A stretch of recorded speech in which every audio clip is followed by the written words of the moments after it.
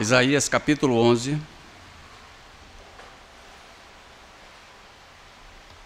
Poderíamos pegar dos versos 1 ao versos 5 como primeiro bloco. E o segundo bloco a gente fica com os versos do verso 6 até os versos 10. Que diz assim, irmãos: será um broto do tronco de Jessé, e um renovo brotará de suas raízes, e repousará sobre ele o Espírito do Senhor, o Espírito que dá sabedoria, inteligência, o Espírito que dá conselho e poder, o Espírito que dá conhecimento e temor ao Senhor. E seu deleite estará no temor do Senhor. Não julgará segundo as aparências, nem decidirá pelo que souber que ouvi dizer, mas julgará com justiça os pobres e decidirá com equidade em favor dos mansos da terra, e ferirá a terra com a vara da sua boca, e com alento dos seus lábios matará o ímpio, e a sua justiça será o cinto dos seus lombos, e a fidelidade o cinturão dos seus rins. Conviverá o lobo com o cordeiro, e o leopardo se deitará com o cabrito. O bezerro, o leão e o animal doméstico andarão juntos, e o menino o pastoreará. A vaca e a ursa pastarão juntas, e as suas crias se deleitarão juntas, e o leão comerá palha com o boi. O menino de peito brincará sobre a toca da áspide, e o recém-desmamado porá sua mão no esconderijo da serpente, e não farão mal nem dano em todo o seu santo monte, porque a terra será cheia de conhecimento do Senhor, com as águas cobrem o mar. E acontecerá que naquele tempo que a raiz de Jessé, a qual estará posta por perdão aos povos, será buscada pelos povos, e a sua morada será gloriosa. Justo e eterno Deus, Pai de nosso Senhor e Salvador Jesus Cristo, te agradecemos, Senhor, por esta rica oportunidade que o Senhor nos concede de estar aqui para poder cultuar ao Senhor. Abençoa também aqueles que não chegaram aqui, Senhor, por algum motivo. Abençoa eles também com questões de doenças, enfermidades, trabalhos. Abençoa todos os teus eleitos que estão espalhados pelo mundo afora, Pai. Abençoa toda a tua igreja fiel no dia de hoje. Em todos os campos onde eles estiverem, abençoa cada um deles, Pai. Abençoa os cultos que são oferecidos, ó Deus. Cultos voltados para a tua palavra, para a tua liturgia, Senhor. Onde a tua liturgia ela deve ser memorada. E te agradecemos, ó Deus, porque o Senhor tem guardado um povo santo, reservado, para manter esses princípios em dias, Senhor. E nós te agradecemos porque o Senhor faz isso conosco. E neste momento, Pai, abençoa quem vai falar dela, da tua palavra, e também de quem vai ouvi-la, Senhor. Que o Senhor se faça presente na pregação e em nossas mentes. É o que nós te pedimos e te rogamos, Senhor. Em nome do Pai, do Filho e do Santo Espírito. Amém, Senhor. Irmãos, nós passeamos aqui um pouco pelo o livro do profeta Isaías. Vemos os textos anteriores. Está tendo guerra entre 4 reis, onde Israel ele também está unido, né? Israel estava unido com os reis para tramarem contra Judá. E observamos que Deus tem levantado reis para castigar o seu povo. Deus tem levantado juízes para punir também o seu povo. Mas também o Deus de justiça, o Deus de juízo, ele também não fica apenas fazendo essas coisas, mas também ele traz alívio para o seu povo, santos. Porque quando nós observamos o contexto geral, não é toda a nação que está em pecados, de fato. Nós podemos dizer, uma boa parte dela está em pecados. Quando os reis estão em pecados, isso quer dizer que a nação ela sofre por causa de um mau governante. Como o rei de Israel estava em pecados, estava tramando contra o seu próprio povo, estava sendo subdividido ali Judá com Israel, E quando todo esse contexto político, esse contexto social e esse contexto teológico, eles estavam em pecados diante de Deus. Então Deus, quando chega aqui no capítulo 11, Deus vai trazer um refrigério para o povo, porque a promessa de Deus, os pactos que Deus fez lá atrás com os seus patriarcas, eles deveriam permanecer.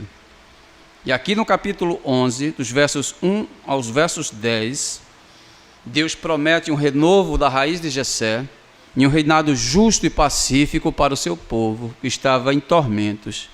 O povo estava sendo afligido, irmãos, pela área política, a área militar, estava massacrando o povo. E o Deus que estava subjugando o seu povo, agora ele traz um alívio para o povo, que é aqui no capítulo 11. Muitos deles aqui não recebem ou não receberam essa promessa na íntegra, porque ela se cumpre futuramente, mas Deus prometeu que a nação ela iria mais uma vez receber refrigério da parte de Deus, que Deus apenas não está batendo Israel, mas Deus também agora está trazendo para ele refrigério. Então, quando nós olhamos o término do capítulo 10, com a imagem de um bosque devastado que o profeta mostra, então essa situação era caótica dentro da nação, essa situação não era boa, as pessoas estavam vivendo em tormentos, em miséria diante de Deus.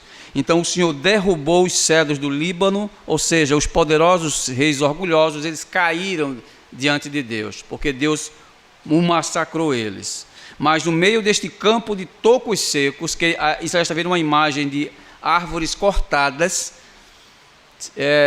sem vida nenhuma, e tinha um tronco lá, pequeno, mas quando o profeta olha, diz que estava brotando desse tronco insignificante, um tronco talvez desconjuntado, sem imagem, estava nascendo uma pequena raiz desse tronco. Por isso que ele vai dizer que esse tronco, que eu vou levantar vocês através desse tronco. Então essa imagem é aquela imagem que o profeta Isaías ele está vendo, um broto verde, que é um sinal de esperança e renovação. Não há linguagem agrícola, irmãos. Toda a plantação foi devastada, mas sobrou aquele troncozinho ali bem pequeno com galhos, e através desse ela vai voltar a florescer de novo. Foi isso, essa visão que Isaías estava tendo. Ele tronco ali é o que vai salvar todo Israel. Então ele mostra que este broto, ele é chamado dentro da teologia do Antigo Testamento de Messias, que é um ungido, aquela pessoa que foi escolhida para algum tipo de missão e trabalho. Diga, esse Messias, esse tronco aqui, ó, que eu prometo lá na frente que ele virá e ele vai salvar esse povo dos seus pecados, porque até o momento Israel estava coberto de pecados. Então esse descendente de Jessé aqui, irmão, historicamente falando, é o pai de Davi de fato. Então, quando toda a glória humana se extinguir, Deus faz brotar vida no meio da morte, usando aqui o seu ungido. Então, Deus estava prometendo para Israel que mesmo debaixo desse caos, posso agir. Onde as coisas podem parecer negativas, eu trabalho com o lado positivo. Enquanto a humanidade diz hoje, ela usa esses verbetes, esses linguajares, dizendo assim: como é que o mundo, estando em desordem, existe um Deus por trás dele, santos? Que o mundo está um caos, o mal predomina em todas as camadas da sociedade. E você vem dizer que existe um Deus que ama as pessoas, um Deus que está vendo uma situação dessa, caótica sobre a terra, uma politicagem corrupta dessa, um paganismo miserável desse, onde as partes ímpias prevalecem sobre a justiça. Você vem me dizer que existe um Deus que está por trás disso? Existe, irmãos. É porque você está olhando para o Deus errado das Escrituras. Quando nós olhamos para o Deus errado, aí você vê a sua cosmovisão errada. Não existe o caos dessa forma como Deus vê. Deus não está vendo o caos. Deus está vendo que aquilo que Ele projetou lá atrás, aquilo que Ele decretou lá atrás, as coisas estão fluindo. E o caos faz parte do projeto de Deus. O caos está estabelecido dentro do decreto de Deus para que possa cumprir os seus propósitos. As profecias estão amarradas, afixadas juntamente com o caos. Porque toda vez que o caos estava dentro de Israel, Deus levantava um profeta para dizer que o povo não ficasse em tormentos. Confie em mim e vocês serão salvos. Estava vendo um filme sobre fé. Ele praticava alpinismo, ele era crente.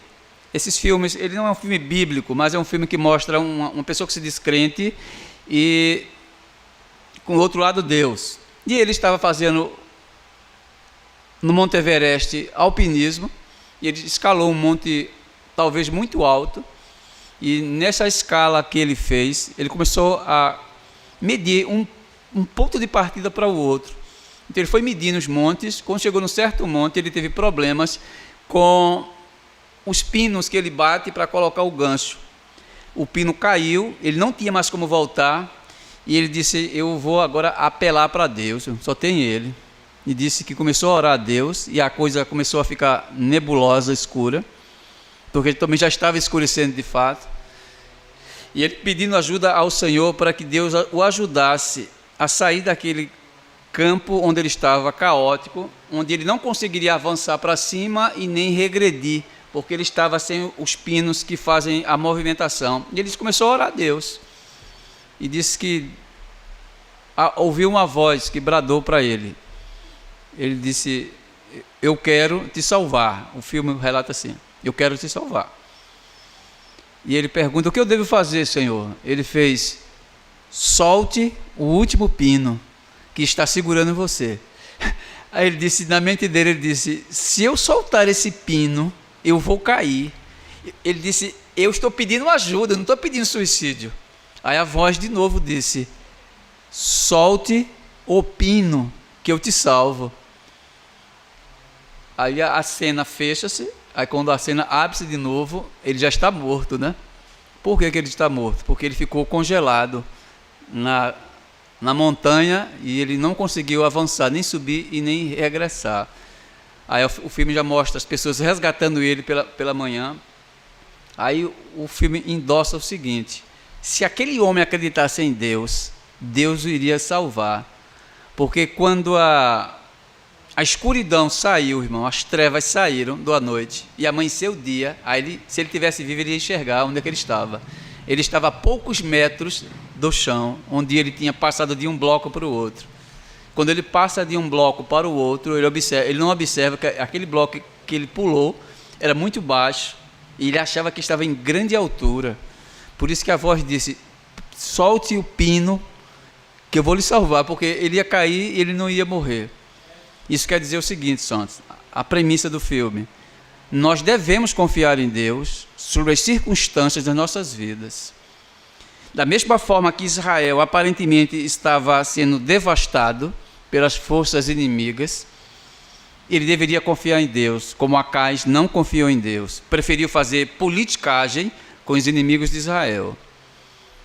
E isso também traz esse reflexo para nós, que nós não devemos fazer amizades com o mundo, que nós devemos confiar em toda a tônica de Deus, mesmo se as coisas estiverem ruins, irmãos, conosco, devemos confiar em Deus, na sua soberania, porque é muito bom para nós que trabalhamos com teologia, estamos pregando, ensinando em sala de aula, pregando num púlpito, dizendo que Deus é soberano, mas essa soberania não só se estende a esse campo soteriológico, mas ele se estende à vida prática nossa, santos. Que Deus nos ajuda.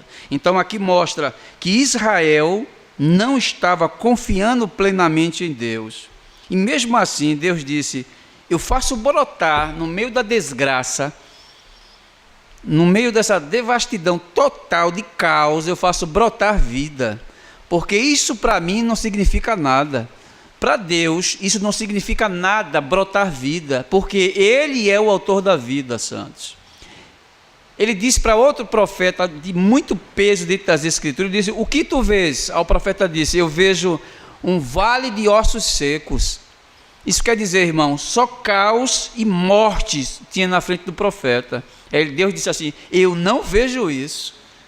Diga assim, ó, profetiza para esses ossos, profetiza para ele vidas, que isso vai acontecer. O texto diz que o profeta profetizou vida para os ossos secos, espiritualmente falando.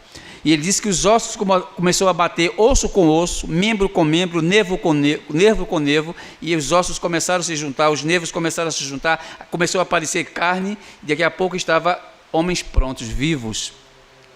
Porque Deus disse: eu transformo o caos nisso aqui. Para mim não existe caos, irmãos. Deus disse: para mim só existe vida.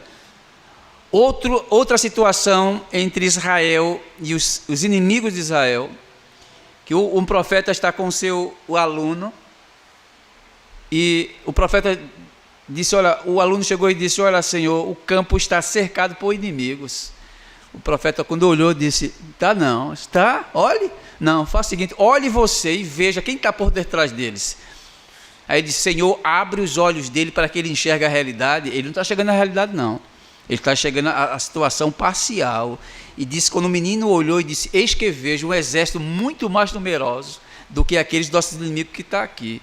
Eram os anjos de Deus, o exército do Senhor. Esses daí, ó, a situação é essa. Não existe estado caótico, irmãos, quando Deus está no controle das coisas. A situação caótica para Israel brotou porque eles estavam em pecados. O rei não queria ouvir a voz do seu profeta. Então Israel estava pagando um preço muito alto. Pagou um preço de escravidão. Mas isso foi propósito porque Deus o fez isso. Então hoje nós depararemos com uma das mais belas profecias messiânicas aqui da Escritura, que está aqui no capítulo 11.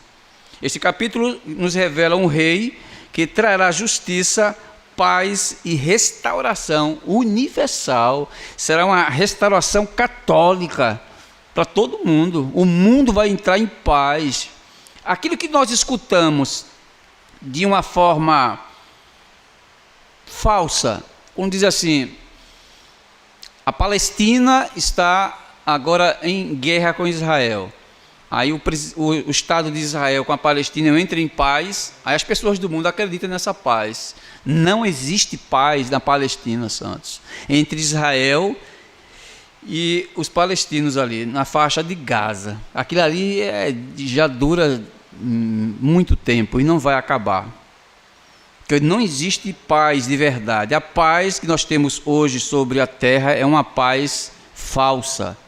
Aqui diz que quando esse Messias vier, ele vai trazer justiça, paz e restauração ao mundo caótico. Esse traz paz, porque ele sabe fazer a paz, ele é um instrumento de paz e ele é mestre por excelência nessas coisas. O Espírito Santo dotou ele com todas as qualidades possíveis para aquilo que ele disse acontecer, santos. Ele veio sobrecarregado até o máximo com o poder de Deus para fazer com que essas promessas elas se levantassem. Então o capítulo começa com a imagem de um tronco cortado, de onde brota um renovo. Essa é a mensagem de Deus para nós hoje. Mesmo quando tudo parece estar perdido, Deus é capaz de brotar a vida onde se estabelece o reino do caos. Então, para a igreja contemporânea, não existe caos, só existe solução. Crente não traz problemas, irmãos, crente só traz soluções. Essa é a tônica da igreja, viu? Mas tem crente que só traz problema para dentro da igreja. É crente com problemas dentro da igreja, não pode ter problema. Crente foi feito para resolver problemas. Porque o nosso Deus é Deus de resolução, irmãos. Não é Deus de problema, não. Então, se existem problemas em nossas vidas, devemos confiar nas mãos de Deus os nossos problemas. Seja ele financeiro, seja ele familiar, marital, com questões de saúde. Isso passa, irmão. Tudo passa, irmão. Tudo passa. Nada permanece para sempre com relação ao mundo moral. Então Isaías capítulo 11, versos 1 ao 11, mostra que isso é uma realidade. Então nosso objetivo aqui nesta mensagem é entender quem é o Messias, como ele governa e qual é a sua esperança que ele traz para nós e para o mundo. Aqui na sala do seminário, nós estamos dando ali soteriologia e teologia. Eu não estou lembrado qual foi das duas disciplinas que eu disse uma mensagem sobre essas questões. Que pregamos sobre Cristo e não conhecemos Cristo. Muitas pessoas estão evangelizando esse Messias e não sabem quem é o Messias. Muitas pessoas levam o Evangelho e não sabem o dono do Evangelho. Muitas pessoas estão levando salvação sem saberem que são salvas, não têm certeza da sua salvação. Esse Messias aqui, ele garante salvação. Esse Messias que está aqui, garante vida eterna. Esse Messias que está aqui, ele faz com que a sua justiça, ela repouse nos ombros da igreja. Então, quando a igreja não compreender essas coisas, ela não é igreja, ela não entende o seu papel crucial do que nós temos que exercer no mundo. Como Israel vacilou lá atrás, não entendeu o seu papel crucial, Israel tinha um conhecimento prévio das coisas, mas não acreditava em Deus. Nós não podemos ser desta forma em relação a Deus, santos. O primeiro ponto diz o surgimento do Messias humilde e glorioso, que diz, versos 1, do tronco de Jessé sairá um rebento, e das suas raízes um renovo frutificará. Essa foi a promessa que Deus deu a Isaías, diz, olha, passe essa cosmovisão para eles, eles estão atônitos, estão aperreados, que eu vou tratar eles dessa forma. Israel passou 430 anos dentro do Egito, por causa do pecado de José. Não era para José ter permanecido dentro daquele paganismo, mas tudo bem. Ele ficou e levou os seus de quebra para dentro do Egito. O projeto não era que Israel ficasse dentro do Egito, mas que Israel passasse um pouco no Egito, por causa da grande fome que estava sobre a terra. Então, dentro dos 430 anos, 400 anos ele passou apanhando de Faraó, porque não quis também obedecer a Deus. Então, foi o que Deus fez, irmãos, para que o povo saísse do paganismo. O povo amava o Egito, o povo amava a cultura do Egito, o povo amava a alimentação do Egito, e muitos já estavam envolvidos com a idolatria. Foi o que Deus fez para que esse povo saia daí. Eu vou usar eles de uma forma extraordinária. De fato, irmãos, Deus não quebra a liberdade do homem para tirar ele a força, assim, força bruta mesmo. Não, ele não faz isso. O que é que ele faz? Ele vai no princípio do homem.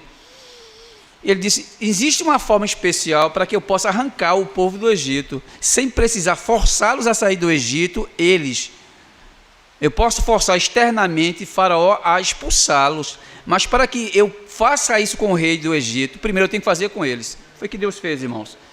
Deus coloca na mente do povo dele o desejo de querer sair. Então Deus agora levanta um novo faraó e disse que esse faraó, diz o texto, ele não conhecia José, e por causa disso vou escravizar o povo. Então o povo começa a apanhar, e o povo agora começa a sentir dor e dizer assim, não queremos mais ficar na terra do Egito. Uma terra que era deleitosa e prazerosa, agora se tornou-se miserável. Então o povo começou a orar a Deus, irmão. Irmãos, passou 400 anos, até Deus enviar o Messias para ele, que era, nesse caso, o Moisés. Então, o povo começou a clamar a Deus, liberta-nos, liberta-nos, Deus, doutor, agora está certo. Então, agora vocês estão pedindo para que eu arranque vocês daí, porque o meu projeto não é que vocês fiquem no Egito, mas que vocês saiam do Egito. E Deus fez isso com eles. Ele disse, agora eu vou levantar um homem, que este homem vai ser o braço meu, que vai tirar vocês daí com mão de ferro. E assim foi feito, santos, porque o povo estava envolvido com o paganismo. Aí Deus pune o povo e agora Deus traz um alívio para o povo. Sempre Deus fez isso, batia no povo e trazia alívio para a nação.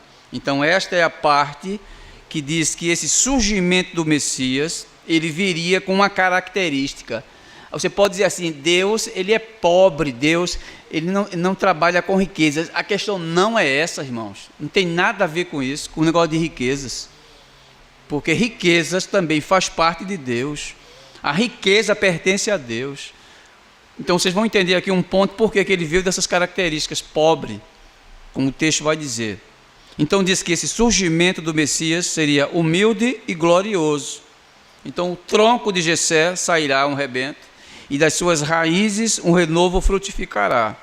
Que diz que o tronco representa o quê? A dinastia davídica. Quando ele diz que aquele tronco que ele estava vendo estava representando uma dinastia lá de trás, davídica, simplesmente estava aparentemente morta essa visão que ele tem. Então Isaías nos apresenta o Messias como um rebento humilde, que surge de uma linhagem aparentemente fraca, insignificante, que é a casa de Jessé, pai de Davi. Então Deus disse, eu vou tirar, ele vai brotar dessa linha daqui, ó.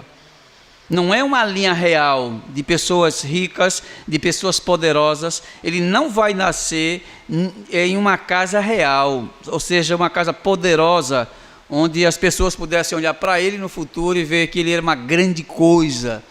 As pessoas não viram Jesus como uma grande coisa, um grande homem, porque isso sempre existiu, irmãos. Aquilo que nós temos atrai as pessoas. Aquilo que não temos afasta as pessoas. Quem é rico atrai as pessoas. Quem é famoso atrai as pessoas. Então ele vai ser o oposto da riqueza, ele vai ser o oposto da fama. Ele vai nascer numa cidade miserável, ele vai nascer numa família praticamente insignificante, não vai ter nenhuma postulagem social. Ele vai ser uma pessoa altamente desconhecida, mas ele vai ser conhecido, viu? Não por essas coisas que eu vou deixar ele. É tanto que quando Jesus nasce, irmãos, ele nasce no estágio de miséria. Nasce no estábulo, não tinha um local para ficar. Ele não tinha um local para ficar, irmãos, não era porque ele era pobre não, viu? É porque a hospedaria estava lotada em Nazaré, praticamente. Estava em tempo de festa, não tinha local para ele ficar. Não é que ele não tinha dinheiro para alugar uma casa, não foi isso não. Então ele nasce naquele local, assim, miserável, e ali Deus faz com que testemunhas possam ver aquela situação, aquele quadro clínico, onde aquele Messias iria nascer. Aí Deus previu, dentro dos seus decretos, que haveria ele nascer nesse local, porque os profetas já cantaram lá atrás, que testemunhal deveria ter, pessoas para testemunhar. Aí Deus traz 3 homens, que a Bíblia, algumas traduções chamam os 3 reis, para que viessem adorar a Cristo. E cada um traz os seus presentes para mostrar a realeza, que eles entenderam quem era o valor daquela criança. Mas, historicamente, quando você olha para o quadro, os outros testemunhos foram pastores pobres que estavam pastoreando gado. Que o anjo disse, vai lá e vê. Quem foi que nasceu? E os pastores vão lá olhar, e Jesus está no estábulo, e diz, olha, aquela criança ali, ela pode estar nesse estado caótico aqui, ó. Ela pode nascer debaixo de uma humildade dessa, mas ele é aquele que as Escrituras estavam dizendo que via. Ele é o rei que nasceu. Então essa é a imagem que Isaías mostra de Jesus. Isaías vai dizer em outras partes, que em Cristo não tinha nenhuma beleza para que alguém olhasse para ele e dissesse, que homem bonito, né? Não tinha beleza nenhuma nele. A beleza não era externa, viu? A coisa dele era interna, santos. Sabemos que Deus, ele é lindo, irmãos. Mas a figura humana do homem chamado Jesus, que é o próprio Deus, ele não tinha nenhum traço de beleza para, podemos dizer assim, encantar as pessoas. Não tinha esse aspecto nele. Mas isso também não tem problema. O texto vai mostrando, vai começar a desenrolar. Quando ele completar 30 anos, aí a coisa vai começar a funcionar. Mas até os 30, Jesus se comporta como um homem normal, como todo judeu, estudando, trabalhando, vivendo, ajudando sua mãe, ajudando a sociedade a se desenvolver. Era um homem normal. Ele não tinha nada de extraordinário até os 30 anos, para que as pessoas olhassem para ele e dissessem, vejo algo diferente desse homem. Mas depois ele vai manifestar-se no tempo concreto. Então, Jesus, ele nasceu no anonimato de Belém, mas em sua humanidade, ele estava à grandeza do seu reino. Ele estava dotado dos poderes do Espírito Santo, para que ele pudesse agir daquela forma. Dentro dos decretos de Deus, Deus o capacita com todos os dons necessários para que os seus meios pudessem chegar ao fim determinado do seu ministério, santos. Deus Pai, disse John Owen, Deus Pai é o responsável pelo envio do Messias. E ele também explica na segunda parte que o Espírito Santo é a responsabilidade dele de capacitar Jesus com todos os dons necessários para que ele cumprisse aquilo que está nas profecias. As profecias começou a cantar o que ele deveria fazer. Então, se as profecias disse lá atrás que isso vai acontecer, então ele vai ter que fazer isso aqui. Então, aí agora nós começamos a juntar as fotos dos textos do Antigo Testamento com os textos do Novo Testamento, que as coisas se acasalam perfeitamente, que é a parte testemunhal. Então, quando ele diz que ele deveria nascer humilde, é porque lá atrás estava dizendo que ele deveria nascer humilde. Então, se Jesus nascesse hoje, no período que ele nasceu, em berço de ouro, ia ficar uma coisa não conforme o que está na Escritura. Porque se Jesus nascesse de uma forma rica, irmãos, o texto está dizendo que é o contrário. O contraste das profecias com a vida prática e a vida social de Cristo, totalmente diferenciada. Então era necessário que ele nascesse pobre, sabe por quê? Porque o texto diz que ele ia nascer pobre. Ele não pode nascer em berço de ouro, ele vai nascer em berço de pobre. E assim foi feito. José era pobre, vamos dizer hoje, irmãos, assalariado. Maria também não trabalhava, porque mulher não trabalha naquele período, só quem trabalhava eram os homens, dessa forma. Então as condições financeiras da família de José não era boa. Era um homem normal, como uma boa parte da sociedade judaica era daquela forma. Então Jesus, ele nasce num berço pobre, ele era humilde, irmãos. Tinha carências dele com relação a essas coisas. E Jessé aqui, não de Davi, tá certo? Enfatizando a origem modesta e graça divina que estava sobre ele. Mas a ligação aqui mostra um lado não real da realeza, mas de um lado de humildade. Então Deus costuma fazer justiça, ele costuma fazer surgir vida, irmãos, da morte, a glória da humilhação. Jesus, um homem humilhado, e chega ao estágio de glorificação máxima. Cristo nasceu nesse anonimato em Belém, mas trouxe o reino eterno de Deus, algo que nenhum homem poderia contemplar, nenhum homem poderia fazer isso, mas ele trouxe o reino de Deus para a terra. E por que ele nasceu, irmãos, num estado completamente de pobreza e de carências materiais? Por que isso foi necessário para ele? Isso aqui não pode significar pobreza para ele, ou seja, ele era carente de coisas materiais, dessas coisas, mas foi a forma adequada e cabal de Deus mostrar à sociedade judaica nos tempos do ministério de Jesus, e não no tempo desta profecia em Isaías, que Jesus é o mesmo profeta que Isaías está falando.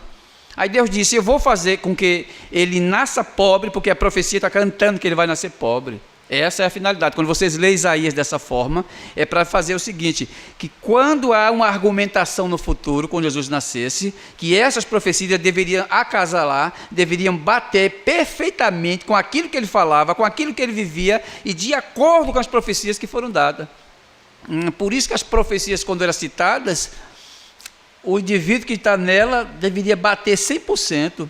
A profecia batia 100% naquilo que Jesus era. Então essa comparação é necessária para que os estudiosos, os religiosos e os eleitos de Deus possam fazer as comparações e chegar à conclusão de que esse Messias, o Jesus, é o mesmo citado em Isaías, porque essa não foi a dúvida do período de Cristo?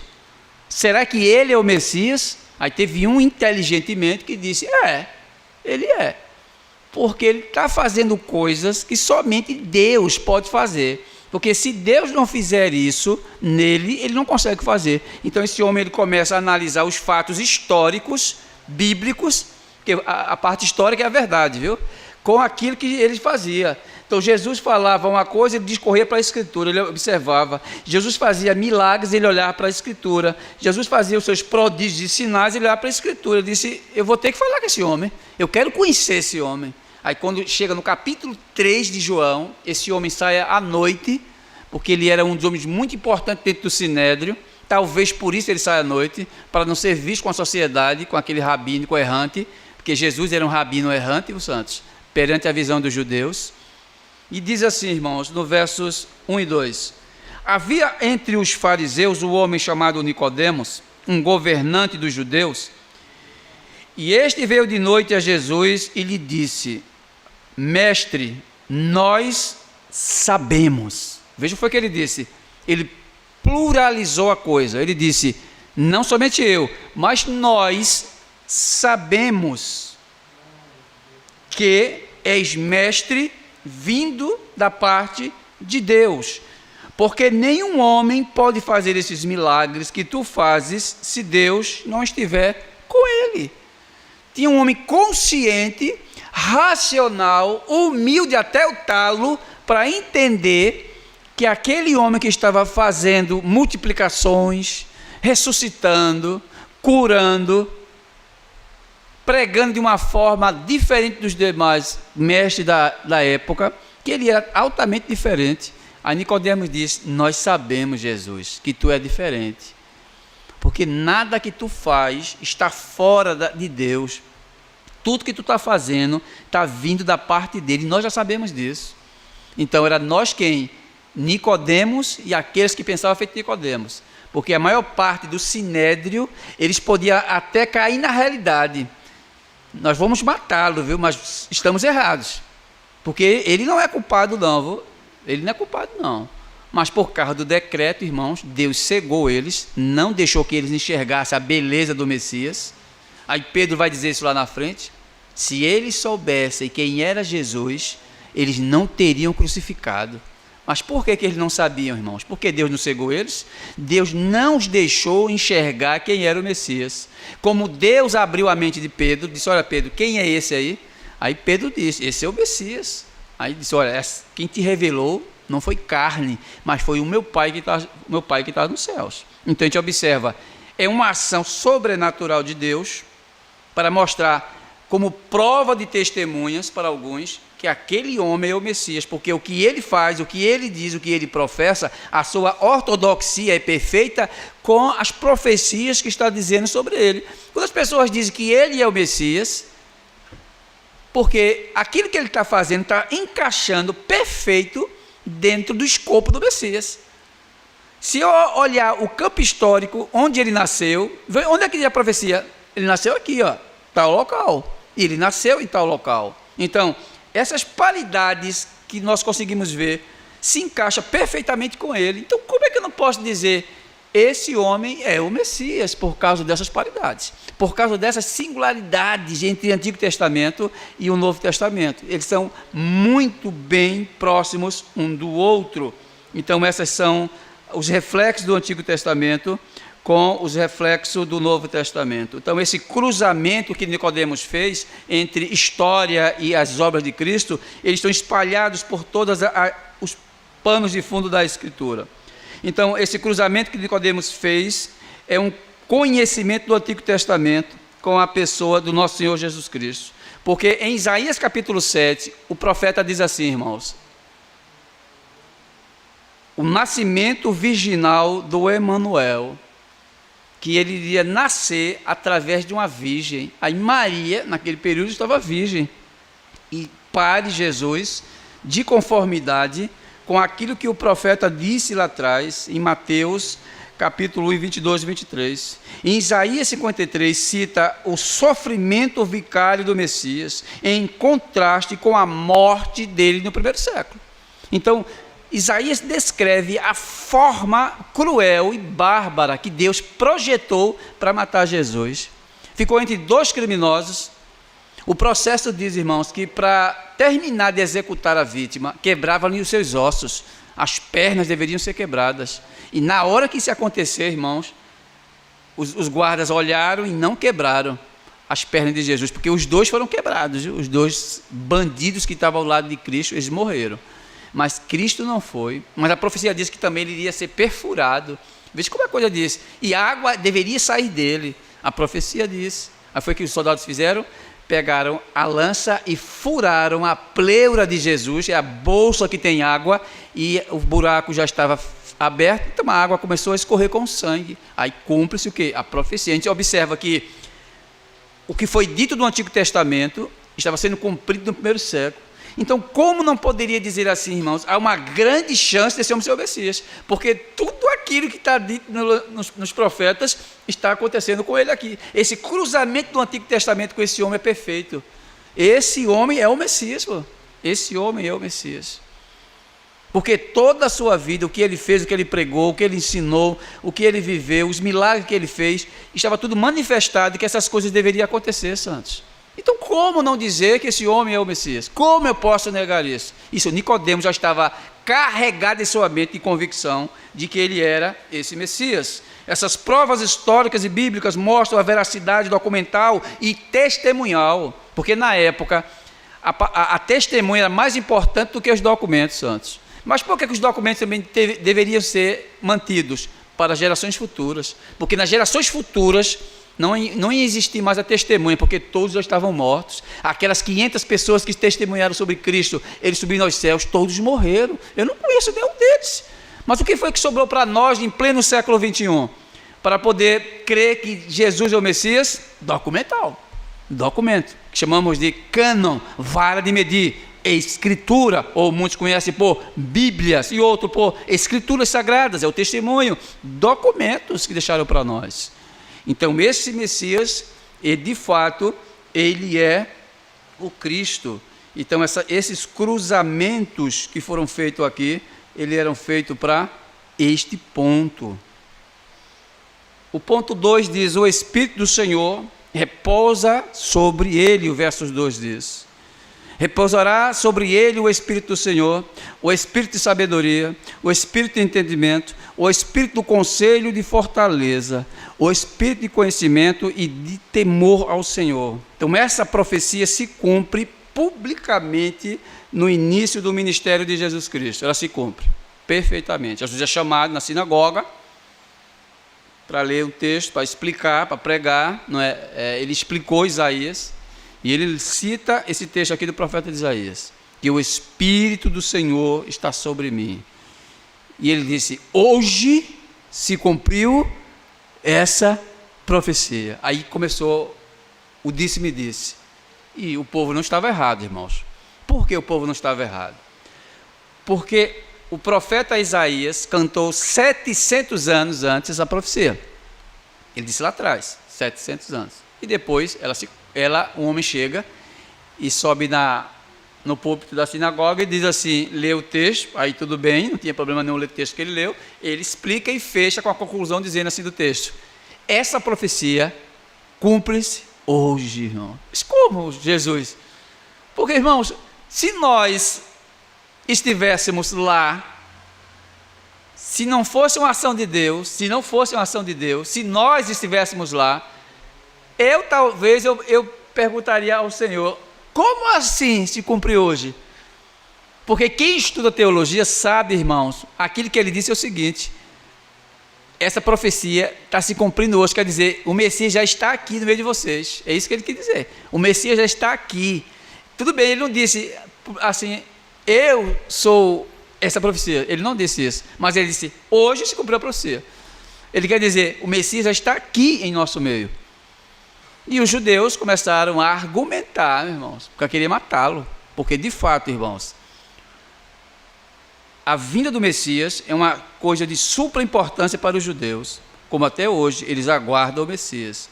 E quando Jesus se levanta e diz essas palavras, aí causa um alvoroço no meio do povo, santos, com relação a isso. E muitas das vezes que Jesus pregava, quando acabava de pregar, o povo queria matar Jesus, porque as palavras dele eram muito fortes, e por falta de um empobrecimento intelectual do seu auditório, que não compreendiam aquilo que ele estava dizendo, da forma literal, aí acabavam sendo prejudicados. Aí eu queria matar ele por causa dessas palavras que ele dizia. Porque isso que ele disse é o que é repetido em Lucas capítulo 4, versos 18, que Lucas está trazendo a narrativa de que Jesus disse assim, que o Espírito do Senhor está sobre mim, pois que me ungiu para evangelizar os pobres e enviou-me a curar os contritos de coração, a proclamar liberdade aos cativos e restaurar as vistas dos cegos e pôr em liberdade os oprimidos, a anunciar o ano aceitável do Senhor. Então Jesus está afirmando que este poder aqui, desse texto, repousava sobre ele. A partir de agora, irmãos, o Espírito Santo estava liberado para agir nele como nunca agiu em ninguém no Antigo Testamento, irmãos.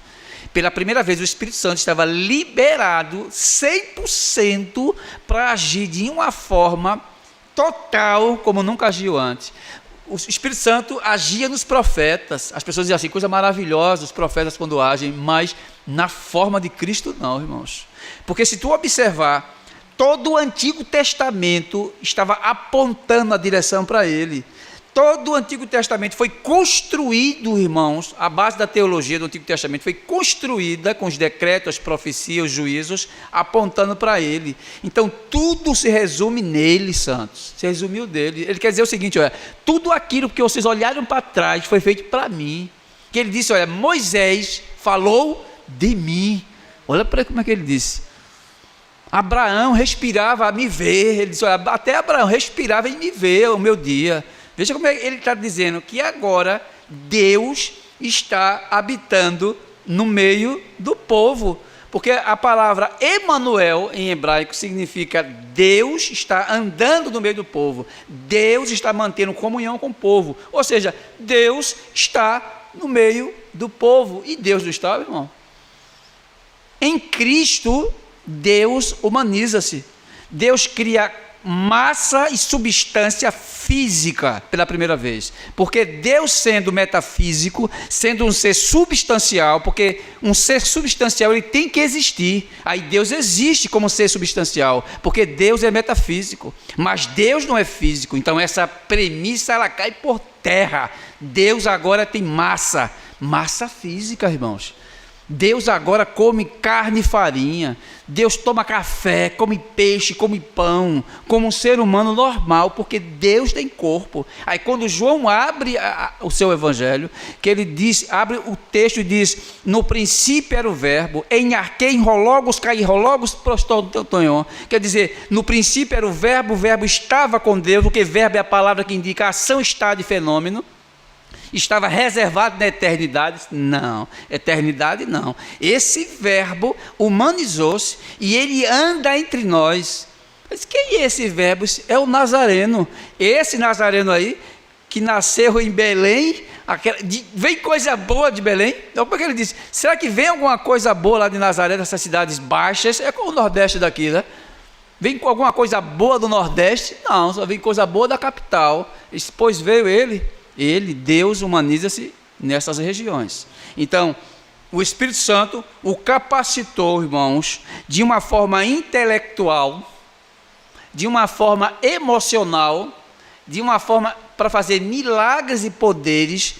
Ele ultrapassa os limites da inteligência humana, ele ultrapassa os limites da ciência, quebra todos os protocolos científicos e arrebenta a natureza. A natureza agora se curva diante dele. Aí vai dizer, quem é esse homem? Aí Pedro disse, quem é esse homem? Que até a natureza obedece, o mar obedece a ele, o vento obedece a ele. Diz, quem é esse homem? Você vai saber quem é ele, porque é Deus que estava nele, santos. Então o Espírito Santo o capacitou, como diz a profecia, irmãos. O que é que a profecia disse? Ele será cheio de sabedoria, entendimento, porque entendimento e sabedoria são duas ferramentas separadas. A sabedoria é a aplicação do conhecimento, do entendimento ele tinha demais, conselheiro, fortaleza. Então, o temor do Senhor, ele estava revestido alto, todos os padrões que Deus tem, todos os atributos de Deus estavam repousando nele. Deus estava corporeamente, fisicamente, na matéria chamada Jesus. Então, quando Maria pariu aquele menino, estava parindo Deus. A igreja tem que entender e aceitar isso para sempre. Tá? A igreja evangélica ela tem a maior dificuldade de entender essas coisas. Porque nós estamos olhando o cruzamento entre protestantismo e catolicismo romano. Tem que acabar com isso. Quando Maria pare Jesus, ela pariu Deus. É por isso que é chamado, dentro da teologia ocidental, que Maria é mãe de Deus. Em que sentido ela é mãe de Deus? Neste aspecto. O aspecto que humano, quando Jesus nasce, ela é a mãe de Jesus. Agora, se você me disser que ele não é Deus, então uma coisa vai ficar complicada. Não é o Deus que estava lá na eternidade, que ela pariu, irmãos. Ela pare a matéria. Mas a matéria, como disse os concílios de Calcedônia, os outros disseram também, que as duas naturezas estão juntas. As duas naturezas, não tem como separar, não. Ele é Deus e acabou. Eu não vejo problema nenhum em dizer que a Santa Maria é mãe de Deus nesse aspecto. Não tem problema nenhum, é mãe de Deus e acabou-se. Então ela pariu Deus, em que sentido ali? Ela pariu Deus da profecia, ela pariu Deus chamado Jesus, e ele agora está carregado, irmãos, de toda a autoridade do Pai, que o Espírito Santo, o trabalho do Espírito Santo é carregar a igreja, o trabalho do Espírito Santo ali foi carregar Jesus e dispensar a ele todos os atributos possíveis para que ele cumprisse as profecias que estavam lá atrás. Ele só poderia cumprir, irmãos, se ele estivesse com posse dessas qualidades. Sem essas qualidades, jamais ele iria mostrar aquilo que ele é. Então é através desses dons que o Messias, Jesus é chamado de Messias, é ungido, ou seja, pelo Espírito, sem medidas. João 3 diz, olha, ele foi ungido sem medidas, em João 3,34. Ele está cheio do poder de Deus, poder de justiça, poder de santidade, poder de bondade, prodígios e milagres estão sobre seus ombros. Ele vai fazer com que a coisa funcione, Então, Jesus ele quebra todos os protocolos da sociedade da época, porque Jesus não teve formação intelectual nenhuma, irmãos, não teve formação intelectual. Paulo tinha formação teológica. Paulo foi chamado mestre dentro das escolas onde ele passou, fazia parte do Sinédrio. Então era um homem altamente intelectual, porque tinha formação. Estudou com um homem chamado quem? Gamaliel. Nos pés de Gamaliel ele aprende a teologia judaica e se forma dentro da teologia. Mas Jesus não passou nos pés de ninguém. Jesus não passou por a escola de Shammai nem de Hilel, que eram as escolas da época de teologia. Ele não passou por essas escolas. Mas quando ele pregava, irmãos, ele colocava no bolso todos os pregadores da época. Aí você vê a diferença, né, entre o Messias, que foi chamado para isso, e os homens da época altamente intelectuais. Homens falíveis, homens finitos em termos de vida e finitos em termos de percepção de conhecimento, porque ele estava de frente com o conhecimento, santos. Ele não tinha conhecimento, Jesus, irmão. Jesus é o próprio conhecimento, irmãos. Jesus não tinha sabedoria, ele é a sabedoria, santos. Aí observamos que os papéis de cada um deles, dentro do contexto, era fazer com que os decretos de Deus, eles desenrolassem. E os decretos começam agora a correr, porque agora está em prática. As 7 expressões usadas em Isaías: Espírito do Senhor, chamamos aqui de autoridade divina. Deus deu a Cristo a autoridade para com as áreas metafísicas e as áreas físicas. Então Jesus tinha autoridade sobre reis, sobre governantes, sobre o sinédrio e sobre a população. Jesus tinha autoridade sobre espíritos imundos, demônios, e sobre qualquer haste de potestades espirituais, ele dominava todos eles. Aquele rapaz que está possesso, cheio de demônio dentro dele, o pai chega a descrever que o rapaz ficava perambulando os cemitérios, pelos túmulos. Não, era uma coisa incontrolável para o rapaz. Já fazia anos que ele estava nesse estágio de miséria espiritual. Ele precisava de uma libertação, porque o próprio texto diz: eu vim libertar os homens dos cativos. A promessa do Messias era libertar de cativos, tanto espirituais quanto cativos físicos. E os espíritos, quando vê Jesus, irmão, ele olha para Jesus e diz assim: olha, vieste nos atormentar antes do tempo. Veja, o espírito conheceu quem era.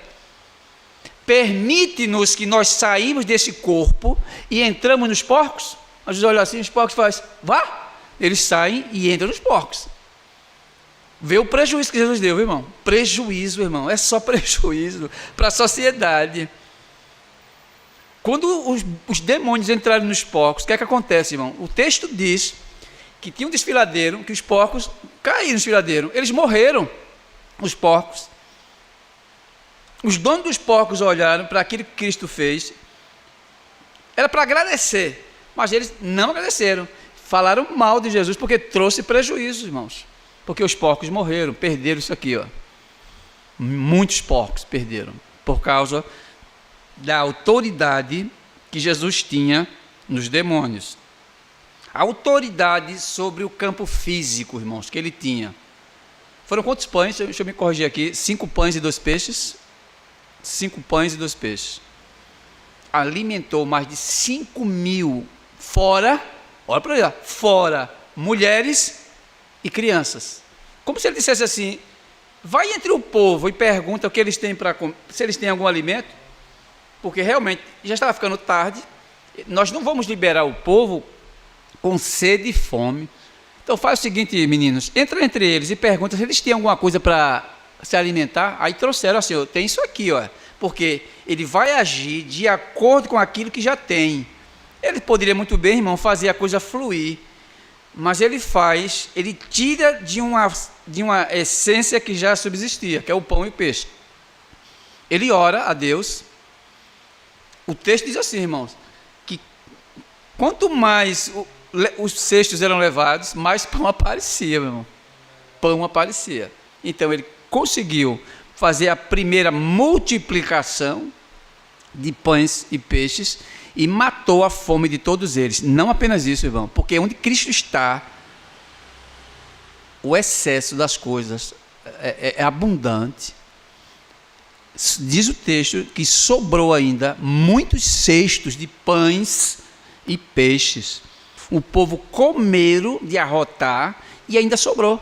De 5 pães e 2 peixes, ele quebra o conceito da natureza.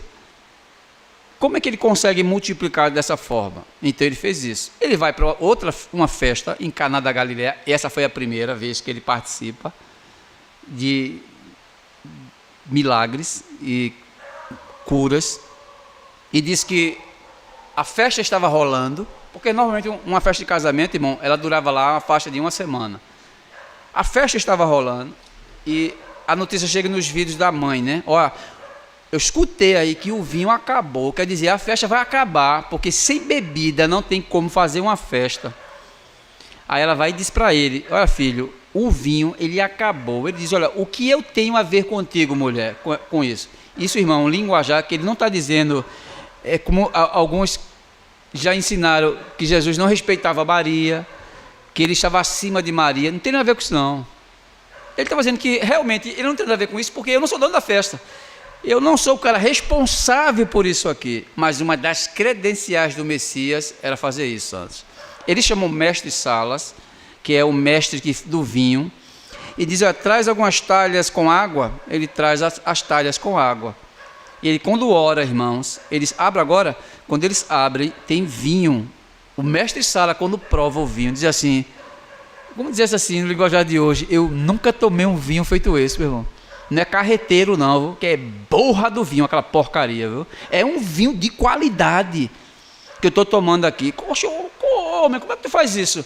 Porque primeiro se dá o vinho bom, e quando as pessoas já estão um pouco chutadas, a gente traz aquele vinho mais ruim, porque eles não vão fazer a percepção da diferença do vinho. Mas tu fizesse diferente, desse o vinho de qualidade baixa no início e deixasse o melhor para o final. Quer dizer, ele nem sabia direito, o dono da festa. Não sabia direito. Um português, dono de vinha, ele escreveu um livro, e no livro dele não tem nada a ver com o cristianismo. O livro dele não tem nada a ver. Ele explica como ele é especialista em vinhos. Ele faz vinho. Aí ele cita no seu manual de vinho, ele cita essa passagem de Caná da Galileia, sobre o vinho. E ele cita quando o mestre Sala diz assim, isto é um vinho de boa qualidade. Ele quer dizer, vocês sabem o que significa de boa qualidade? Sabe dizer por que o mestre Sala ele disse aquilo?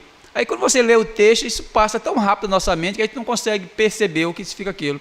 Ele disse, o vinho de boa qualidade, ele não é feito da forma errante, porque um vinho, para ser de boa qualidade, ele tem que passar por vários estágios. A plantação tem que ser de boa qualidade, tem que ser feito em boa terra, em temperatura adequada do ambiente, e na hora da colheita também, na preservação, ele tem que ser pisado de uma forma adequada por profissionais, ele tem que ser mantido em uma certa temperatura dentro dos depósitos, para depois de algum tempo, quando ele começar a envelhecer, ele vai ficar um vinho de boa qualidade, porque ele tem que passar por esses estágios. E como foi que Jesus sabia de todos esses estágios para que o vinho saísse de boa qualidade? Que o vinho não passou por nenhum desses processos de colheita, o vinho não passou por nenhum processo de fermentação, o vinho não passou por nenhum processo de armazenamento, o vinho não passou por um processo de temperatura, e quando o povo beberam, disseram, isso é um vinho bom danado, viu, irmão? Isso é um vinho bom. Quem foi que fez esse vinho? Esse foi o convidado ali, o Nazareno. Como foi que ele fez? Sei como é que ele fez. Pergunta os mestres Salas. Os mestres Salas viram como é que ele fez. Então, isto é um vinho de boa qualidade. Então, este prodígio, essa maravilha que Cristo fez, ele mostra o seu lado de superioridade. O texto vai dizer sabedoria e entendimento, santos. Ele tinha uma percepção com o ser humano altamente diferenciada da nossa. Sábio nas suas aplicações, resolvia suas aplicações de uma forma sábia e conhecia profundamente a lei do Antigo Testamento. Quando aqueles homens chegam para matar a pobre mulher adúltera, quando é jogado ela na frente dele e diz, o que tu dizes, Rabi, sobre isso daí? Ela foi pega em adultério, mas Jesus conhecia a lei, irmãos, porque a lei Levítico fala o seguinte, que para ser apedrejada a adúltera, não era apenas ela que deveria ser apresentada, ela deveria ser apresentada com as provas. Que provas são ali? Cadê o adúltero? Cadê o homem com ela, que não apareceu? Apareceu apenas a mulher. Então, a audiência estava de forma errada, porque os dois deveriam estar presentes. E as testemunhas que viram o ato sexual deveriam estar presentes, mas não houve essas coisas. Aí Jesus sabiamente disse aquelas palavras que nós já conhecemos, né? Que todos nós já conhecemos. Se algum de vocês não tiver pecados, que atire a primeira pedra. Pô. Porque ele diz assim, eu não vou fazer isso não. Agora, se vocês quiserem fazer, podem começar, até pelos mais velhos, a tirar pedra nela. Aí a consciência, irmãos, ele vai direto na consciência e vê que aquele pecado que aquela mulher fez, e ela, de fato, ela era uma adúltera, irmãos, a sociedade não estava mentindo não, viu? Ela era, viu? De fato. Mas só que ele mexe no íntimo da sociedade e faz com que vocês sejam semelhantes a ela. Porque no reino de Deus, irmãos, não existe a questão de pecados e pecados em alto nível e pecados de baixo nível. Existe, de fato, uma separação, mas quem comete o pequeno pecado não pode subjugar aquele que está cometendo um grande pecado e se colocar numa posição de vantagem com ele. Então, a sabedoria de Cristo coloca os dois no mesmo nível. Aí atinge a consciência daquele povo. Aí o texto diz, irmãos, que eles começaram a se retirar um por um. Até os mais velhos começam a se retirar. Então, a percepção de sabedoria de Cristo é altamente alta com relação à humanidade. Jesus conseguiria ler a mente dos homens quando eles estavam murmurando em seus corações. Ele conseguiria ler e dizer assim, ó, vocês não querem me matar? Mas os homens não disseram assim para ele, irmãos, nós desejamos te matar. Não, eles não diziam isso. Mas ele disse, como se seja assim, eu consigo penetrar na mente de vocês. Aí em João 8 ele vai dizer assim, vocês não têm desejo de me matar? Aí eles começaram a recuar. Veja que ele era altamente capacitado pelo Espírito Santo para que essas medidas fossem sendo mostradas na sociedade. E a sociedade começou a perceber, irmãos, tanto visivelmente como intelectualmente, que Jesus tinha algo de diferente, muito diferente daqueles rabinos que pregavam.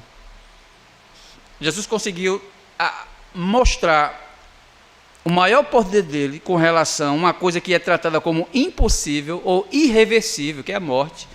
Ele disse, até isso eu consigo reverter o quadro. Quando o mensageiro chegou para Jesus e disse, Senhor, o teu amigo está morrendo. Lázaro está morrendo, está enfermo já há alguns dias e ele está morrendo, viu? Os médicos já deram lá o diagnóstico dele, vai morrer. Jesus disse, olha, relaxa, fique tranquilo. Essa doença, diga lá para as meninas, Marta e Maria, essa doença não veio para matar Lázaro, mas ela foi constituída para glorificar, ele não, viu? Mas glorificar o Filho de Deus. Mas talvez o cara não entendeu, foi nada, mas ele foi. Aí quando depois que ele falece, depois de 3 dias, quando Jesus chega lá, porque o ambiente já está preparado para ele, é aquilo que ele queria, é por isso que ele chega, irmão. Ele poderia ter chegado antes, ele poderia ter dito assim, a doença, vai-te, saia, ela saía, não tem problema nenhum, mas a doença foi feita por Deus, irmãos. A doença estava dentro dos decretos de Deus para que Lázaro fosse morto, porque se Lázaro não morresse, ele não teria como se manifestar. Não foi uma coisa aleatória, ele morreu porque a doença é uma coisa natural. Não, foi isso não. Não teve nada a ver com isso. É porque as credenciais do Messias diz que ele ressuscita também. Ele dá vida aos mortos, tanto espiritualmente falando, quanto fisicamente, queridos. Aí o que é que o texto vai dizer, irmãos? Em Isaías, que ele é portador desse poder, de vivificar os mortos. E quando ele chega na casa de Lázaro, já está o funeral, porque ele já estava morto. O texto diz, irmãos, que ele já estava fedendo. E cheiro de defunto, meu irmão, é uma carniça dos infernos. Carne podre. E eu já passei por vários sepultamentos de familiares, e é um mau cheiro daquele. Ruim, meu irmão, ruim. Só ficamos lá porque é uma falta de desrespeito, de respeito, deixar o defunto lá, né? Mas é um mau cheiro danado. E Lázaro já estava com aquele fedor há 3 dias. E Jesus chega lá, mansamente, e disse, olha, se tu creres, tu verás a manifestação de Deus, que é uma palavra chamada glória. A glória é a manifestação extensiva de Deus sobre a natureza. Porque Deus pode quebrar todos os princípios da natureza, Marta. Deus pode arrebentar todos os processos naturais. Você crê que Deus pode fazer isso? Acreditou não, meu irmão. Acreditou não. Porque ela continuou chorando. Não acreditou, de fato, como seria a coisa. Jesus, onde é que ele está? Mostra onde ele está. Aqui, ó Senhor, o túmulo é ali. Faz o seguinte, tire a pedra. O texto diz, tire a pedra. Os homens foram lá, tiraram a pedra. Isso é Lázaro, orou ao Pai. E o texto diz, capítulo João de 11, diz, eu vou orar dessa forma para que eles escutem a minha oração. Por quê? Para que eles saibam que eu vou invocar a Deus e Ele vai me responder. Sempre, ele diz o texto, sempre Ele me responde positivamente. E eu vou pedir para que esse corpo que está aqui, em estado já de deputação, em estado de podridão, ele retorne à vida. E o que é que o texto diz, irmão? Lázaro sai para fora. E Lázaro sai, queridos. Quando Lázaro sai, o corpo já não está mais fedendo, estava coberto de faixas, e ele sai normal, vivo. Então ele quebra o processo da natureza e mostra que ele é o Messias, ele é esse tronco que Isaías está aqui dizendo, que o tronco ele foi a esperança de Israel do passado, e que essa profecia é cumprida no primeiro século. E qual é a esperança, irmãos, que isso traz aqui para nós? A esperança que essas profecias sendo cumpridas lá, falta algumas a serem cumpridas na igreja do século 21. E nós acreditamos que da mesma potência, da mesma forma que Cristo atuou lá no primeiro século e que Isaías fez essas profecias lá atrás, essas coisas vêm cair sobre nós. E nós temos que acreditar, irmãos, que Cristo é o Messias, que este tronco que Israel não deu valor, ele é o Messias, é o nosso Cristo, o nosso Redentor. E por que nós estamos reunidos num culto, que gastamos os nossos tempos, poderíamos estar agora fazendo outras coisas, estamos aqui? Porque nós acreditamos que ele é o Messias, e que ele quer culto, que ele ama o culto, e que a sua igreja era devota a ele, que era uma das partes do primeiro século que eles não acreditaram, que é uma das partes do tempo do profeta Isaías que eles não acreditaram, mas nós devemos acreditar. E esse Espírito estava sobre ele, gerenciando a vontade de Deus e fazendo com que a vontade do Senhor ela prevalecesse. Quando nós lemos Isaías, irmãos, lemos a reflexão, um autorretrato reflexivo de Cristo com relação à sua igreja no século 21. Que o mesmo pecado que estava em Israel está nas igrejas de hoje. Deficientes em relação à fé. Mas Isaías mostra que não devemos desfalecer. Então aqui falamos da questão de propriedades do Messias. O verso 5 em diante, ele fala do reino que esse Messias trouxe, que as pessoas têm uma baixa cosmovisão do que significa reino. As pessoas acham que o reino de Deus ainda vem. Algumas pessoas acham que o reino ainda vem e que o reino vai ser estabelecido. Não vai ser estabelecido, irmãos. Ele já foi estabelecido com a vinda de Cristo. O reino já está conosco. Os versículos 3 a 5 fala: não julgará segundo a vista dos seus olhos, mas julgará com justiça aos pobres. O Messias governa com discernimento espiritual, não com aparência externa. Ele defende os oprimidos e condena os perversos. E com a vara da sua boca é um símbolo de sua palavra eficaz.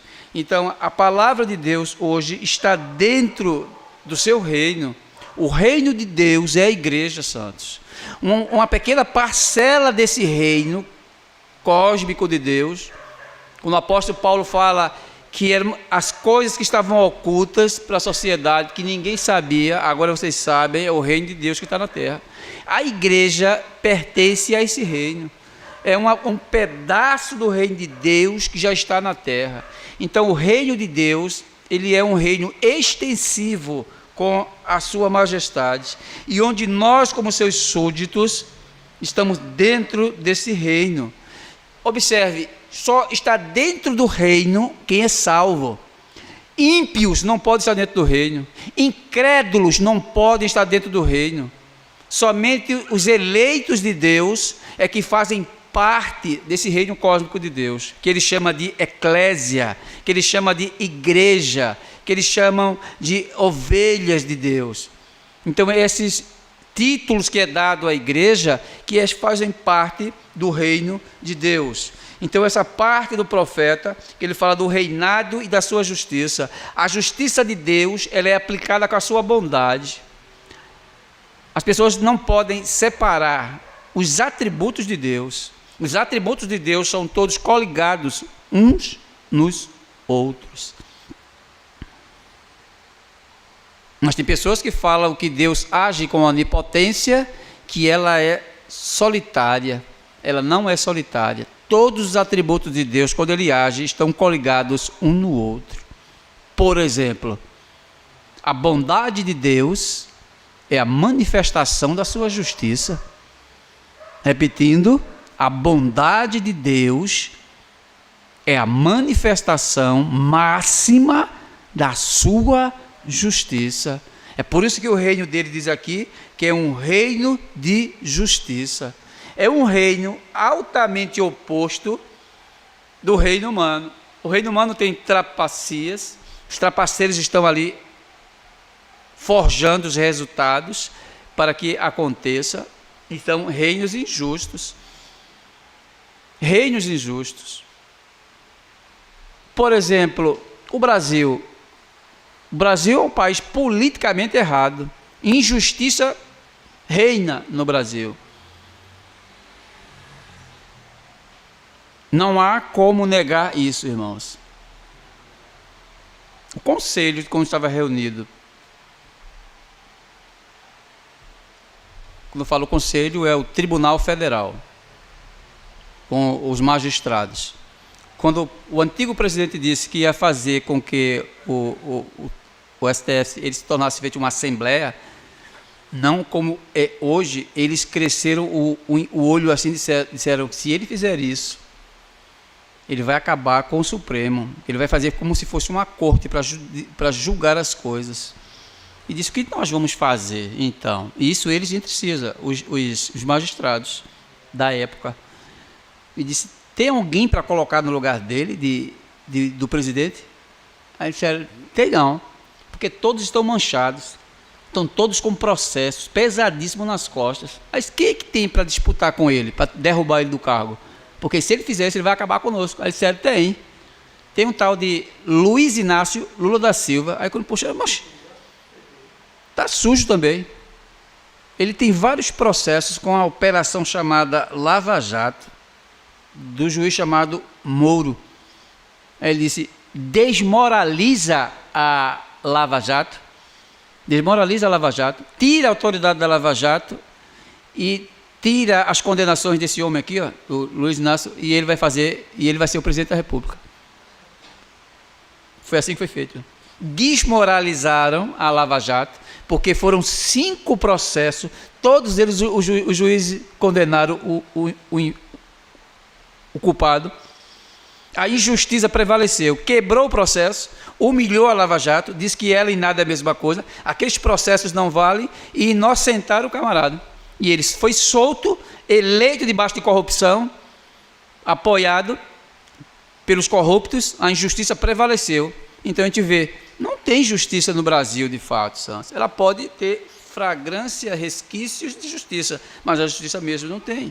Mas nesse reino aqui, irmãos, que Isaías está tratando, é um reino altamente competente de justiça. Não haverá injustiça, santos. Então, quando o profeta Isaías descreve o seu reinado, ele descreve ele com várias partes. Essa parte 2, o reinado de justiça e reinado de retidão. Um reino de paz e harmonia universal, terá paz, porque o Deus de paz já estará no centro.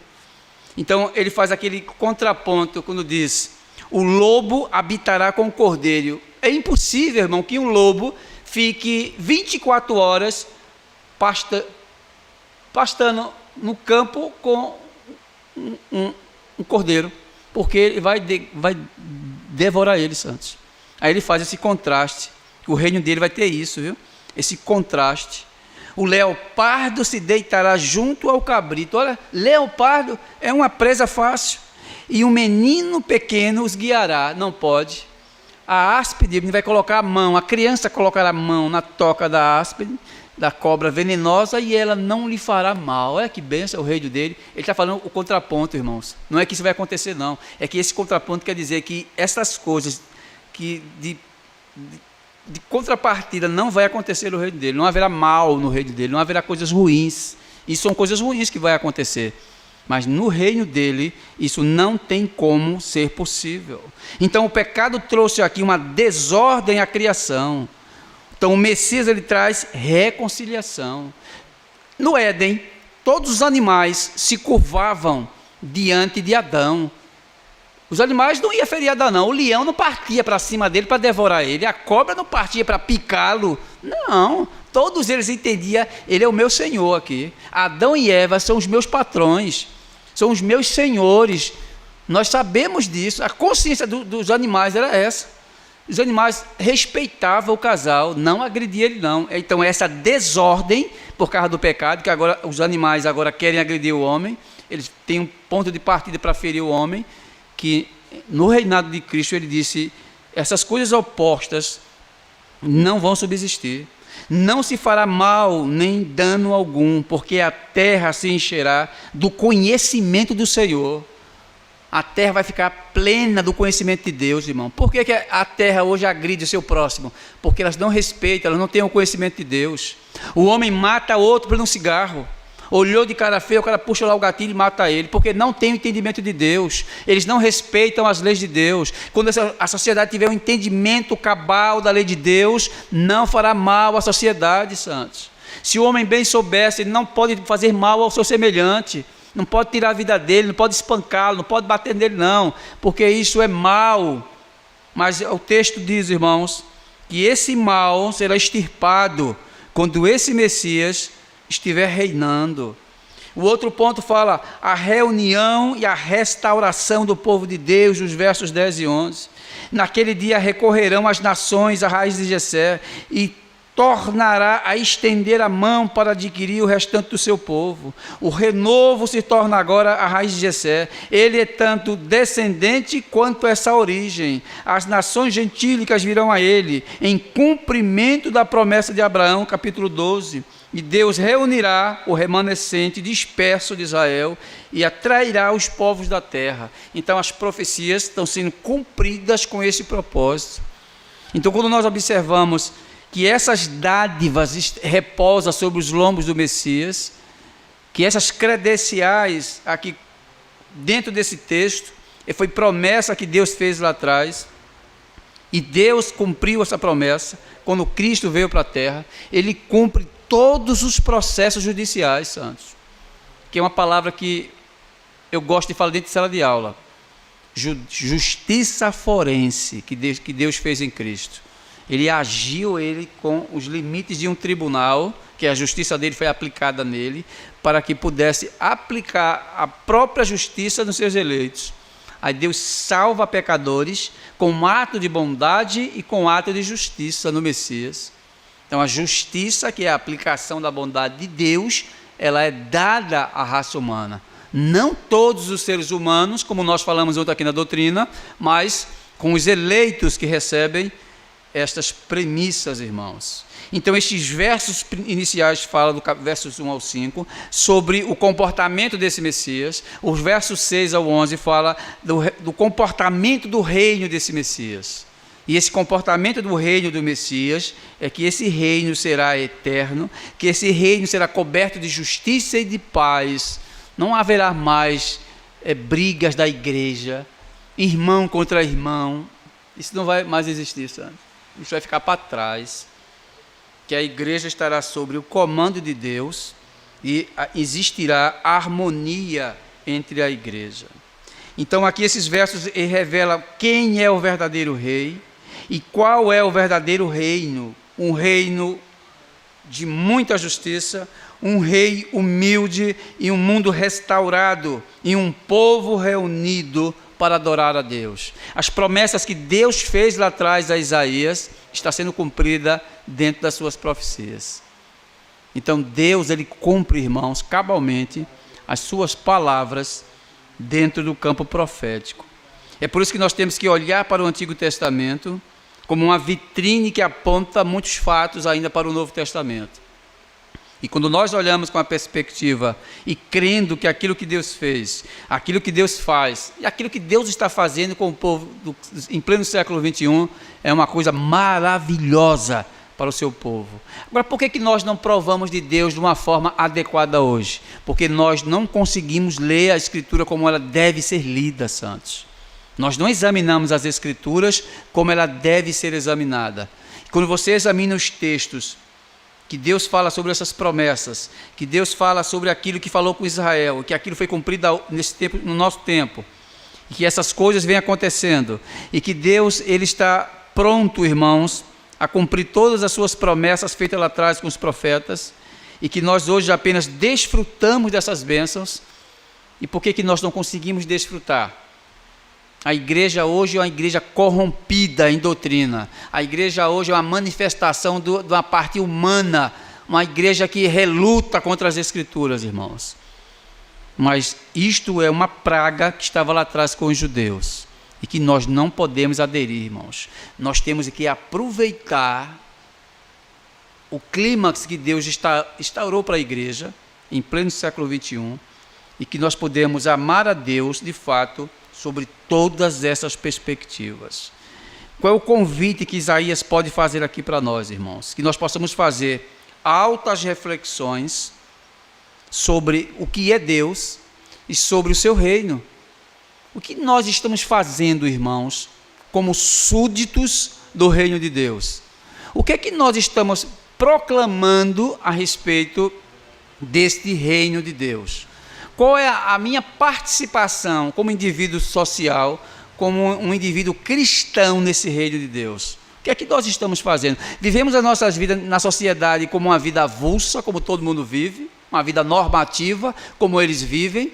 Eles vivem uma vida normativa. Nós não podemos viver uma vida normativa, não. Nós não somos normais.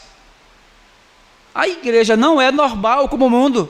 O mundo é normal. Eles acordam, vão trabalhar, estudar, se divertir e voltam a dormir. A igreja não pode entrar nesse clímax normal, que nós não somos normais.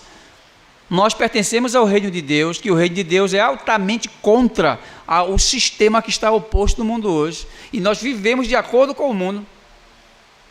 Não temos diferença nenhuma com o mundo, santos, praticamente. Como é que pode um negócio disso? Então, quando olhamos para Isaías, olhamos que nós não somos iguais a eles. Somos altamente diferentes. Isaías nos convida a fazer repensamento sobre a nossa fé. fazer autoanálises daquilo que nós pensamos que somos. E o que é que eu penso que eu sou? Então, talvez aquilo que você pensa que é, você não é de fato. Mas nós somos cristãos. Nós somos cristãos. E precisamos colocar isso em prática, santos. O pecado de Israel não pode ser o pecado da igreja, santos. Tem crente que está dormindo ainda, precisa despertar do sono. Eu assim peço a Deus que Ele não desperte a igreja brasileira da forma que Ele está despertando as outras. Mortes, perseguições, onde a política diz assim, vocês não podem mais abrir igrejas, vocês não podem mais adorar a Deus. Se adorar a Deus, feito na Inglaterra, está proibido de pregar o evangelho. Quem pregar é preso. No Brasil não chegou isso ainda, santos. Isso ainda é uma coisa leve, viu? Porque quando vier o oposto, eu quero ver a igreja brasileira reagir. Essa multidão de evangélicos vai cair tudo por terra. Então nós precisamos agradecer a Deus por aquilo que Ele tem feito conosco. E precisamos fazer autoanálise daquelas posições que nós achamos que somos. E que Deus possa nos ajudar, santos. Justo e eterno Deus, Pai de nosso Senhor e Salvador Jesus Cristo, nos abençoa, Pai, continua nos abençoando, com a forma cultica, com a forma da Tua Palavra, que a nossa vida que está um pouco folgada aqui no Brasil, Senhor, com relação à Tua adoração, nós Te agradecemos por esse ato litúrgico, Te agradecemos pela igreja brasileira, que ainda tem condições de abrir as portas, condições de pregar o Teu Evangelho, condições de Te cultuar, Senhor, mas que os Teus santos precisam também despertar para esse outro lado, que precisamos compreender o nosso papel dentro da sociedade, o nosso papel dentro da igreja, Pai. Nos ajuda, Senhor, a compreender essas coisas, não de uma forma forçada, Senhor, mas nos ajuda a compreender essas coisas, Pai. É o que Te pedimos e Te rogamos em nome de Cristo Jesus, aquele que vive e que reina para sempre. Amém, Senhor.